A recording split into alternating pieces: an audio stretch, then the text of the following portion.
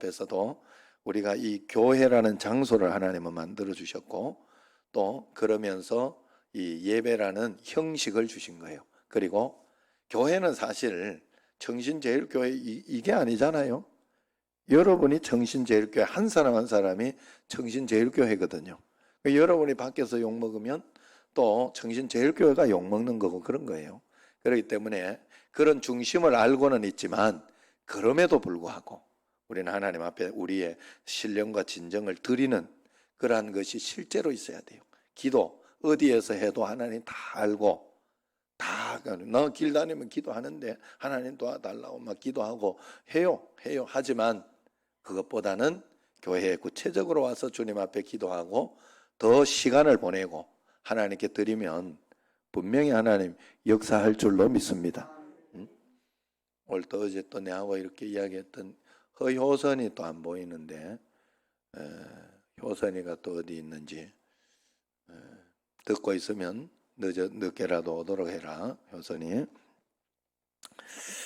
자, 우리 한국 교회의 기초를 세운 것이, 한국의 이 기초를 정말 우리나라는 세계에서 가장 못 사는 나라 중에 하나였어요. 옛날에 정말 뭐 지금 북한이 막 세계 가운데에서 좀 그런 나라 가운데 하나이지만, 지금 네팔 뭐 아니면은 어떤 그런 방글라데시 이런 나라보다 우리나라가 더 못 살고 더 나쁜 상황에 있었어요. 그런데 그런 나라가 어떻게 해서 세워지고 바로 되었는가 하면 교회 때문에 그렇습니다. 교회, 하나님의 교회. 그래서 이 땅의 축복의 씨앗은 바로 복음 속에 있었던 것입니다. 선교사님이 처음 우리나라에 와서 보급한 것은 성경 그리고 교리 책자였는데, 그걸 한글로 번역해서 찍어낸 것이라고 해요. 덕분에 세종대왕에 의해서 한글이 창시되고 그렇게 했으나 계속해서 무시받고 있던 그 한글이 다시 빛을 보게 되는 게 바로 이 복음 때문에 그렇다는 거예요. 성경. 수많은 사람들이 한글을 깨치고 읽은 첫 번째 책이 바로 성경이라는 거지요. 기독 어떤 그 서적. 결국 한글이 우리나라에 한국의 문자로 자리매김을 한 것은 기독교의 결정적인 영향이 컸다는 것입니다. 또한 선교사님들은 선교 초기에 병원을 많이 세워서, 그래서 연세 세브란스라든가 뭐 이런 게 전부 그런 거예요. 참 세브란스는 참, 세브란스 씨 그 가문, 세브란스 가문, 이 기독교 믿음의 가문이잖아요. 그래 아직까지도 돕고 있더라 그러잖아요. 그 선교비를 아직까지도 그 연세 병원에 보내고 있더라잖아요. 저번에 100주년 기념해가지고 그 자손들이 그래가지고 한번 모아가지고 해봤는데 그렇더라고요. 참 그 믿음의 가문을 계속해서 잘 지켜낸 거죠. 세브란스 가문에서 그 연세 대학병원을 지어준 거잖아요. 그래서 그 이름을 기념해서 세브란스라고 해준 거예요. 정말 하나님 앞에서 우리나라의 그런 것들이 굉장히 이화여대, 뭐 연세대학교, 뭐 이런 게 전부 그 선교사님들이 와서 이루어 놓은 그런 일들입니다.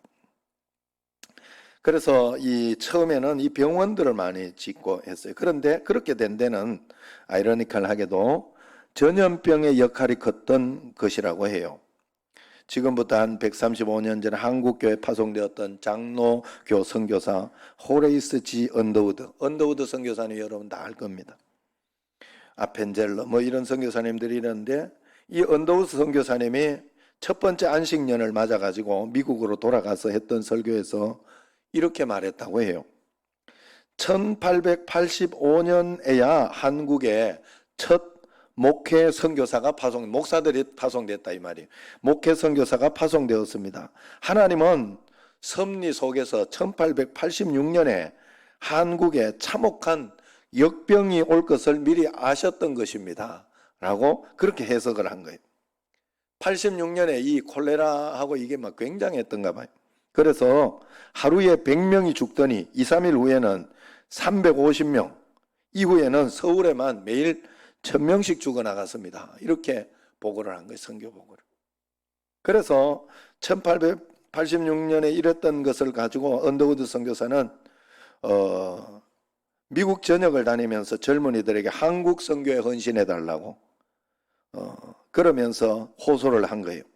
그 큰 위기가 이제 기회가 되어서 연세대학교를 세우고 세문안교회를 세운 언더우드 선교사님입니다. 이때 에비슨 같은 의료 선교사는 그때 이제 한국에 의료 선교를 오게 된 거죠. 선교사로. 이런 분들은 굉장히 똑똑하고 학교에서도 1등하고 젊은 그런 또 나이에 헌신해서 한국에 온 거예요. 그래서 이 에비슨 선교사는 도랑에 석회가루를 뿌리면서 질병의 근원을 억제하고 사람들에게 손을 깨끗이 씻고 물과 음식을 끓여 먹게 그렇게 이렇게 하면서 이 감염 예방, 위생 교육, 치료에 사활을 걸고 백성들의 생활 습관들을 바꾸기 위해 전국에 위생 공고문을 붙이면서 그렇게 애를 썼다고 그래요. 동시에 또 소금물을 주사하면서 그게 그 소금물이 그거잖아요. 우리 뭐예요? 이게 영양제 같은 거 그게 소금물이잖아요. 사실 그죠? 그래서 그걸 하면서 환자들의 탈수를 막고 또 확진자들을 신속히 격리해서 한여름에도 불을 떼서 환자들의 체온을 유지하고 하면서 치료를 했다고 해요. 그랬더니 2달도 안 되어서 콜레라의 기세를 꺾으면서 수많은 생명을 살렸다고 합니다. 의약품이나 위생관념이 없던 이 시절에 2달도 되기 전에 방역의 결실을 본 거예요. 진짜 초기 방역에 이 성공을 한 거예요. 이 에비슨. 그래가 이 공로로 조선 왕실이 에비슨 이 선교사를 굉장히 지지하면서 그래 초기에 선교사님들의 그 힘이 굉장히 셌어요. 우리나라에. 그래서 치하하자 선교사님은 그때 이제 이때다 해서 고종 황제한테 왕한테 그렇게 그 당시 천대받던 백정들의 인권 문제를 나라에 탄원하고 그때부터 나라에서 백정을 사람으로 간주하고 그랬다고 그래요. 그때부터 백정을 사람으로 간주하고 상투를 틀고 갓을 쓸 수 있도록 그렇게 했다는 거예요. 이 혜택을 받은 백정의 아들 중 한 명은 우리나라 최초의 의사 7인 중에 한 명이 되어서 훗날 독립운동에도 참여하게 됐다고 하지요. 이외에도 한국 기독교가 한국에 기여한 공로는 정말 대단하더라고요. 읽어보니까. 여성들의 인권을 세우고 또 인격자로 그래 그 당시 여성들은 이름이 없다고 하는 암흑에 누구 엄마 어느 댁 어디에서 왔다고 어느 댁 뭐 하는 요게 다 이름이었다. 그러나 교회에서 이 여성들의 인권을 세워주고 이름을 불러 세례를 주고 그러면서 이제 민중 자각운동, 소외계층 이런 사람들을 대우했다는 거예요. 노숙자, 고아들, 음주, 도박, 축첩, 뇌물수수, 불륜 이런 문제들을 엄격하게 처리함으로 도덕성 회복에도 심려를 기울였다고 합니다. 이러면서 점차 사회가 안정을 받아갔고 그동안 야만인 종교로 인식되던 기독교는 오히려 부강한 선진국의 종교로 받아들여지게 되면서 복음이 잘 확산되는 그런 계기가 되었다고 해요. 위기, 고난, 어려움 이것이 이 방역 이것을 통해 가지고 오히려 전염병을 통해 가지고 이런 역전의 역사가 있었다는 거죠. 그래서 그 당시 독립신문의 기사를 보면 기독교를 이렇게 표현했다고 해요. 세상에 교가 많이 있으되 예수교같이 참 착하고 참 사랑하고 참 남을 불쌍히 여기는 교는 세계에 다시 없는지라 어느 교회에 이 예수교와 같이 사람을 천하만국에 보내어 자기의 돈을 들여가며 온갖 고생을 다하며 남의 나라 사람을 이렇게 간절히 가르치며 도와주리요. 야, 이게 기독교, 우리 한국 초기 교회의 모습이에요. 이 코로나19를 통해서 지금은 이 교회가 못 쓸 곳이 돼버려가지고 굉장히 마음이 서운하고 속상하고 이럴 때 우리가 더 막 이걸 뭐 탓하고 욕하고 있을 때가 아니잖아요. 더 조심하고 더 하나님 앞에서 이렇게 하면서 우리가 너무 내 주장만 펼쳐서 정부가 그걸 나쁘게 이용하도록 그렇게 하지 말고 지혜롭게 기도하면서 잘 처리해서 우리가 가야 할 줄로 믿습니다. 그렇다고 해서 교회가, 제가 이번에 판단한 게 그거예요. 예배를 드리지 말라고 하면 드리지 말고, 드리라 하면 드리고, 이렇게 그냥 그렇게만 따라가면 되는 게 교회는 아닌 것 같아요. 하나님 앞에서 지혜롭게, 또 이렇게 하나님 앞에서 교회가 살아야 가정이 살고, 교회가 살아야 직장이 살아요. 교회가 살아야 나라가 살아요. 교회가 살아야 내가 사는 거예요. 예배를 드리고 하나님 앞에 기도하고 말씀 가운데 우리가 서 있어야 돼요. 여러분, 내 힘으로 지금 좀 잘 된다고, 내 힘으로 계속 잘 될 거라고 착각하지 마세요. 세상은 그렇지 않습니다. 별일이 다 생기잖아요. 여러분, 별일이 다 생기잖아요. 얼마나 어렵고 답답하고, 이 문제 해결됐다고, 이 문제만, 늘 마음속은 이 문제만 해결되면 나는 아무 걱정이 없을 것이다 생각하지만 언제나 그러지 않아요. 조금만 지나면 다시 이 문제만 해결되면 하는 문제가 항상 온단 말이에요. 그렇기 때문에 우리는 하나님과 함께 늘 평생 주님과 동행하면서 기도하면서 하나님 앞에 맡기면서 그렇게 사는 수밖에 없구나. 그리고 이렇게 보면 이 삶은, 내 삶은 내가 인도하면 내 뜻대로 가는 것 같은데 결국 보면 원하는 대로 되는 게 잘 없어. 살아보면 그죠? 남편 문제도 그렇고, 자녀 문제도 그렇고, 직장 문제도 그렇고, 전부 나중에 돌아서서 보면 내가 여기 청신제일교회 와 있을 줄 누가 알았어요? 모르는 거예요. 나는 꿈이 있을 줄 알았지. 아포시민교회 있을 줄 알았지. 하나님이 인도하고 있더라 하는 걸 어느 날 깨달아요. 여러분, 내 삶을 하나님이 인도하고 있구나. 하나님이 붙잡고 있구나. 그런데 나는 내가 사는 줄 알고 용쓰고 있구나. 이걸 깨닫고 그때부터 하나님께 다 맡기며 살기를, 그렇게 살아야 돼요. 그래서 예배가 살아나고 기도가 살아나는 그 삶만이 우리에게 진짜라는 걸 여러분 꼭 믿으시기를 바랍니다. 코로나로 너무 위축되어 살지 말고 이럴 때일수록 더 적극적으로 기도하고 주님을 찾아 동행하는 삶을, 예배하는 삶을 살아야 할 줄로 믿습니다. 다른 사람은 모두 예배 드리는 것이나 기도하는 것, 말씀 보는 것을 가장 먼저 멈춘다고 해도 우리 청신제일교회는 외식이나 여행, 다른 모임을 자제하고 예배 드리고 기도하고 주님 앞에 나아가는 것을 최우선하고 끝까지 포기하지 않는 여러분 꼭 되어야 할 줄로 압니다. 비대면 예배 드리면서 제가 사실 비대면 예배를 안 드려가지고 그렇게 해가지고 그저 올 수 있는 사람 와서 예배 드리라 하면서 드려가지고 나는 별 문제 없다고 생각을 했어요. 별 문제가 없었어요. 왜냐하면 대면해 보니까 별 문제가 없더라고. 사람은 좀 적어도. 그랬었어요. 그런데 실제로 이제 총리령을 통해 가지고 어쩔 수 없이 이번에는 내가 그렇게 해줘야 되겠다 생각을 하고 난 뒤에 굉장히 처참한 마음이 들었어요. 굉장히 비참한 마음도 들고 굉장히 어려웠어요. 마음이 힘들고. 그러면서 하나님이 왜 대면하여 예배드리라고 하는 이유를 분명하게 알았어요. 여러분, 대면이라는 것은 실제를 이야기하는 거예요. 여러분, 신앙생활은 여러분의 하나님과 우리 사이에 실제가 돼야 돼요. 하나님이 진짜 나와 함께 살아 계시다는 건 눈치 보면서, 하나님 눈치 보면서 하나님 뜻대로 내가 살아가려고 하면서, 그러면서 막 내가 하나님이 아니니까 하나님 만질 수 없고 하나님 막 이렇게 저렇게 하라고 할 수는 없으나 우리가 그 마음, 모든 사람들이 왜 하나님 앞에 떨어지고 하나님 앞에서 넘어지고 쓰러지는지 아세요?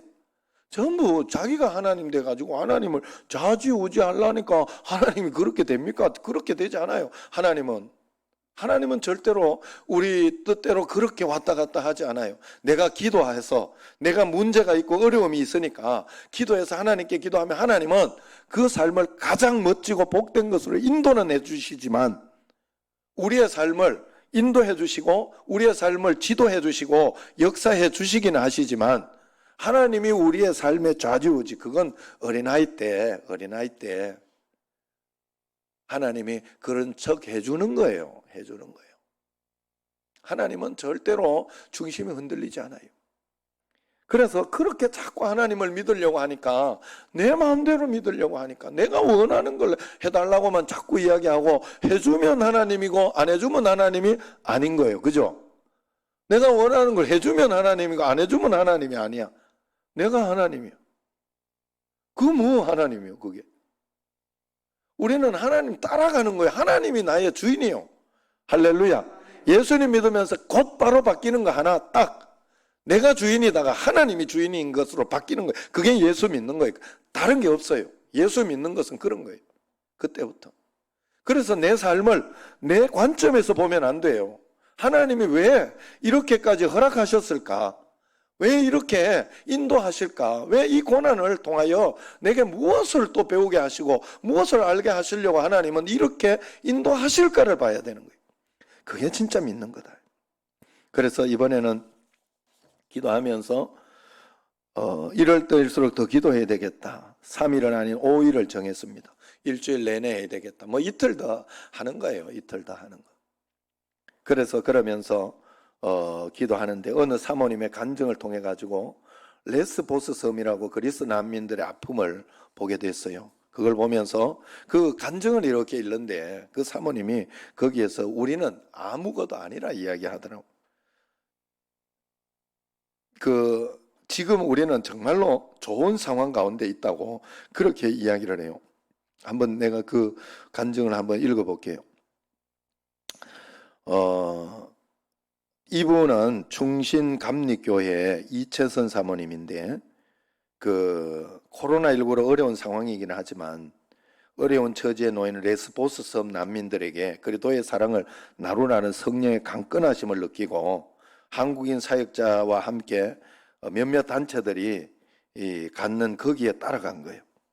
그러면서 그분이 간증을 이렇게 써서 이토록 주님을 바라보며 쉬지 않고 기도하며 선교지를 항했던 적이 참 오랜만 같습니다. 무엇보다 떠나는 날부터 기도를 일으키시어 난민의 여정을 가게 하시는 것이 심상치 않음을 직감했습니다. 보이는 것이 하나도 없는 길, 난민들은 어떤 마음으로 도대체 이 길을 갔을까? 오직 살기를 바라는 마음, 그런 면에서 난민들과 저의 마음이 동일합니다. 만 24시간을 넘겨 비행기를 3번 갈아타고 드디어 레스보스 섬에 도착했습니다. 숙소로 이동하며 언뜻 임시 난민 캠프를 봤습니다. 말 그대로 수십 개의 텐트입니다. 길가에 수십 명의 난민들이 걸어가고 있습니다. 도착 소감을 한마디로 표현하자면 부끄러움이었습니다. 우리의 기도가 얼마나 바리새인 같은 사치스러운 기도였는지, 다 갖춰진 예배당 기도실에서 드리는 기도가 왜 능력이 없는지 주님의 마음이 보입니다. 보이지 않을까? 조바심이 아닌 감당 못할 만큼 부어주실 것이 두렵습니다. 내일 아침부터 6시 반 집합입니다. 아침 일찍 숙소를 나섰습니다. 바로 앞에 터키가 보입니다. 이 빤한 거리를 고무보트 타고 건너오다가 빠져 죽는다니 너무나 아름다운 풍경과 상반되는 너머의 캠프 모습과 실상이 믿기지 않을 정도입니다. 난민 캠프 바로 건너편에 위치한 피스 센터로 매일 난민들이 건너옵니다. 화재 이후 거기가 화재가 났어요. 그래가지고 그 난민촌 12,000명이 있는 거기가 싹 전소가 됐다고 그래요. 싹 다 타버렸다. 반만 남은 거죠. 난민촌에 가지도 않고 이렇게 해가지고 끄지도 못하고 해가지고. 그래서 화재 이후에 급작스럽게 마련된 캠프여서 화장실, 샤워실 마련이 안 되어 센터로 와서 샤워하고 빨래를 해서 갑니다. 청소를 하고 빨래를 돌리고 아이를 돌봐주고 소모적인 일상이 천하보다 귀한 난민들을 섬기는 긴급한 사역이 되었습니다. 감사한 것은 레스보스로 들어와 예수님을 영접한 이들이 300명이 넘는다고 합니다. 거의 매일 센터를 찾아오고 선생들을 만나 성경 공부가 진행되고 있습니다. 그 사이에 어떤 이들이 벌써 제자의 삶을 캠프의 다른 동족을 향해 살고 있다고 합니다. 그들을 위해 해줄 것이 없으나 하나님 아버지가 친히 마련하신 선한 길과 은혜를 확인하며 감사를 드리고 있습니다. 난민 선교 시대에 열어주신 마지막 추수 현장을 한국교회가 어떻게 섬길 것인가. 다들 믿기지 않을 정도로 밝고 정확하게 난민 캠프에 내가 만난 예수님을 고백하는데 소름이 끼치도록 놀라웠습니다. 외모들도 예뻤지만 그 차원을 넘어 반짝반짝 빛나는 영혼들이 더욱 아름다웠습니다. 이들을 보여주시려고 주님이 이곳에 오셨구나 싶도록 감동과 은혜가 넘쳤습니다. 밭이 휘어진 추수의 때 누가 나를 위하여 갈고 한 사람이면 충분한 것을 오늘도 보여주시니 아멘입니다 하고 이렇게 적었어요. 한번 영상을 잠깐 보도록 할게요. 거기 난민촌에 그 TV 뉴스에 나온 영상인데 한 2분 되니까 한번 보겠습니다.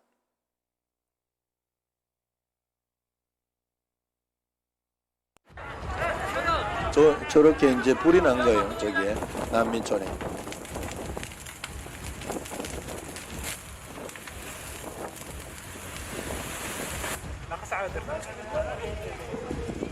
이분들이 다 그냥 나라가 내전이 있어서 그 나라에 살지 못해 오는 거죠. 종교 때문에 오기도 하고.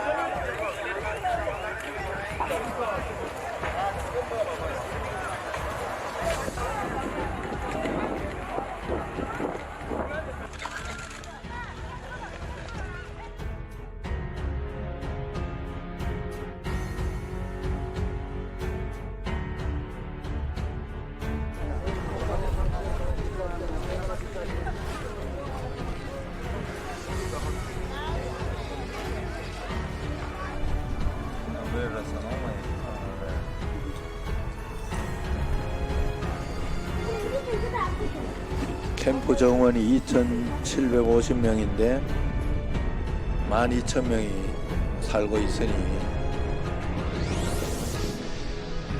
사는 게 거겠어요?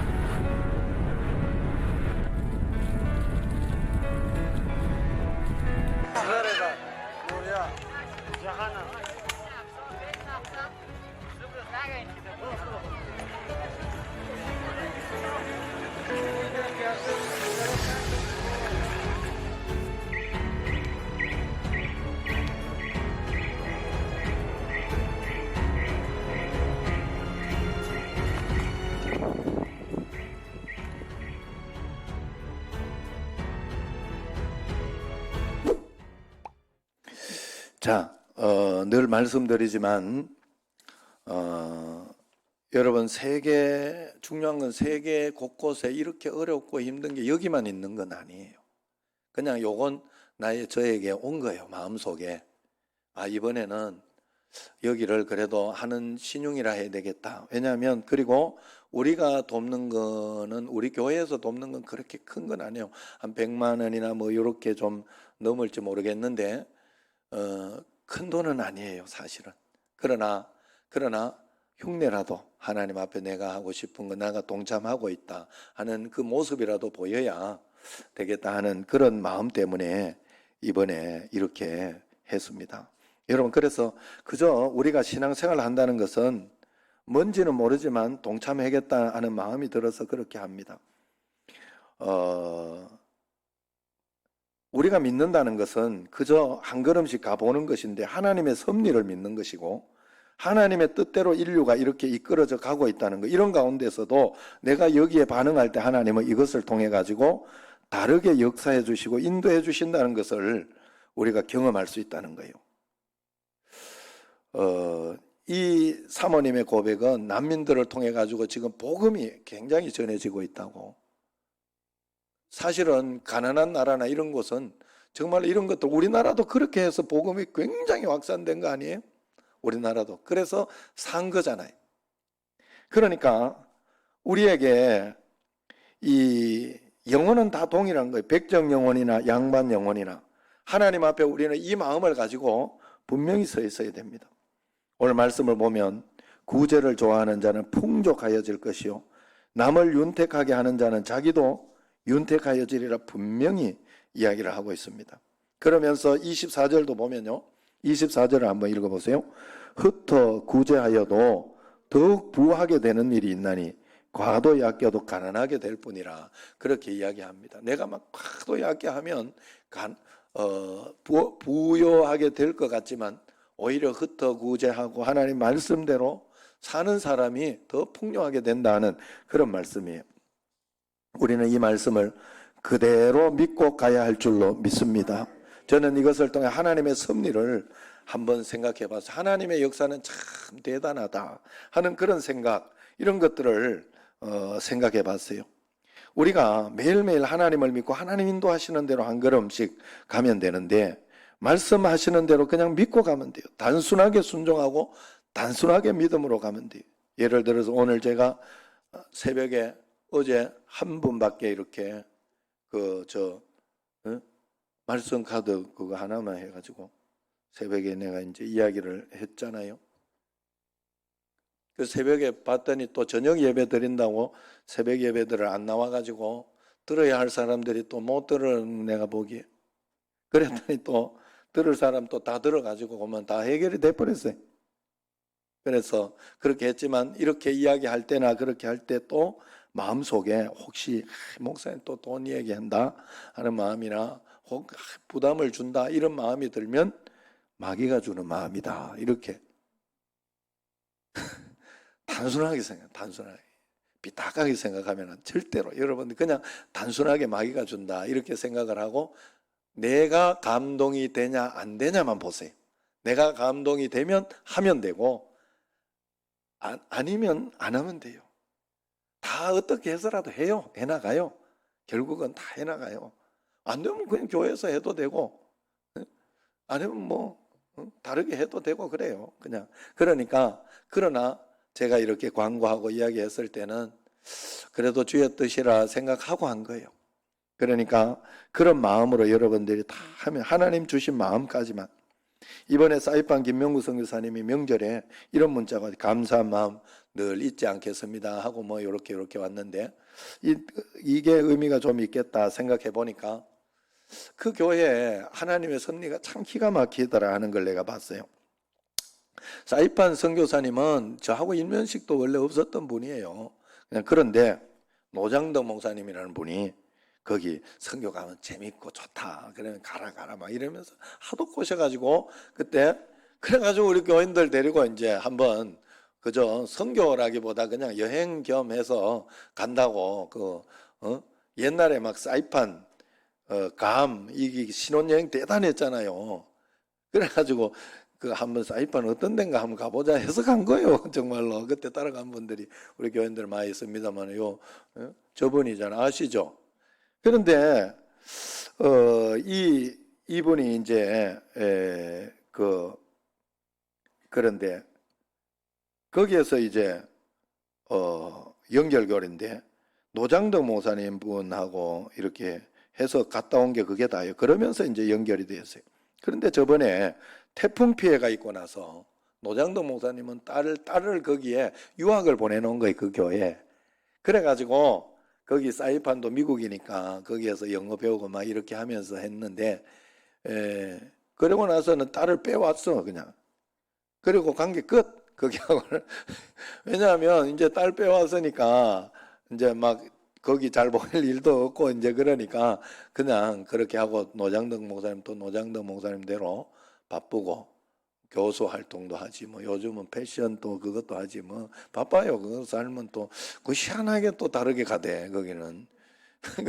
그래서 그러면서 이제 이렇게 해가지고 그분하고는 진짜 그 선교사님하고는 그냥 끝났어요. 그냥 더 이상 뭐 그냥 서로 좋은 관계로 있는 거지. 그랬는데 이제 저하고 조금 연결이 돼가지고 이제 그래 돼가지고 저번에 태풍 피해가 일어났을 때 그걸 우리 교회도 그때 한 얼마를 해줬어요. 100여만 원을 이렇게 해가지고 거기에 보내줬어요. 그때 분명히 기도하고 보내줬어요. 헌금하고 그랬는데 그걸 그냥 제가 주변에 소개를 했죠. 형님하고 또 뭐 이렇게 주변에 아는 목회자들 그리고 박신철 목사님하고 이렇게 했는데 그게 연결이 돼가지고 박신철 목사님 그때 아마 그 교회를 짓고 이러면서 첫 헌금을 해가지고 한 3천만 원인가 그거를 거기에 준 거예요. 그런데 그때 태풍이 얼마나 사이판에 크게 왔던지 교회 지붕이 들썩해가지고 올라갔다가 내려온 거예요. 그러니까 이게 그냥 위에 얹어져는 있어. 그런데 이게 괜찮다고 할 수는 없고 이게 다 이제 들썩 올라갔다가 그대로 쫙 내려온 게 아니라 옆으로 이렇게 조금 삐뚤어 내려온 거예요. 큰일 난 거예요. 이제 이게 문제가 된 거예요. 그런데 거기에서 그 돈을 주면서 보수하고 이렇게 하라고 해가지고 보수하고 또 큰형님도 그때 아마 한 500만 원인가 해줬어요. 거기에. 그러면서 이렇게 선교할 수 있도록 하니까 그리고 그것만 가지고 한 건 아니지만 다른 데 이렇게 하면서 해가지고 결국 그 사이판의 최대 위기였거든요. 그 교회도 그렇고 뭐 할 수 있는 게 없으니까 그랬는데 오히려 그 태풍과 그걸 통해 가지고 교회를 지금 아까 사진을 보여준 게 그래서 보여준 거예요. 싹 정리를 한 거예요. 새로 싹 정리를 한 거예요. 예? 집도 지금 난리도 아니었어요. 저거 위에가 다 들어가 가지고 저 집은 위가 그냥 쑥 날아간다 그래요. 워낙 더운 나라니까 지붕을 막 그렇게 탄탄하게 안 하잖아요. 그런데 지금 저기가 저렇게 이쁘게, 저거는 사택이에요. 저기 이쁘게 이렇게 잘 정비가 됐어요. 야, 그걸 보면서 그러면서 이제 하나님이 이렇게 연결되어 있는 거 이런 걸 보면서 야, 신기하다. 억지로 주라고 하고 억지로 말하면 하겠나 말이에요, 우리가. 그걸 하겠어요? 박신철 목사님이나 거기 좋은 교회 형님이나 뭐 이런 그렇게 하겠어요? 억지로 하라 그러면 하지 않아요, 절대로. 그런데 하나님은 연결시켜서 기가 막히게 연결시켜서 인도를 해주더라는 거예요. 거기에 대해서 이 김명우 목사님은 또 감사한 마음을 가지고 또 그러면서 이야기를 한 걸 보고 하나님의 동선이 참 희한하다. 여러분, 우리 인생이 이렇게 모두가 실타래처럼 이렇게 엮여져 있는데 여러분 이것을 이어주고 또 풀어주고 연결해주는 분이 하나님이라는 사실을 여러분 아셔야 돼요. 그래서 이걸 가지고 내가 풀려고 하고 내가 하려고 하고 막 그러면서 내가 걱정하고 막 그러는 것은 하나님 앞에 이렇게 드리는 삶이 아니에요. 그저 안 될 때는 하나님께 맡기고 또 기도하고 주님 앞에 드리고 그렇게 할 때 하나님께서 놀라운 은혜로 내 삶을 내가 인도하는 것이 아니라 하나님이 인도하는 삶을 분명하게 보게 될 줄로 믿습니다. 하나님 말씀에 귀 기울이고 하나님이 여러분을 통해 준비하신 그 삶을 꼭 살아내시기를 바랍니다. 이번 주 예배 잘 들어서 하나님의 축복을 누리시길 바라요. 한 주간 하나님이 또 선물 주는 게 있다.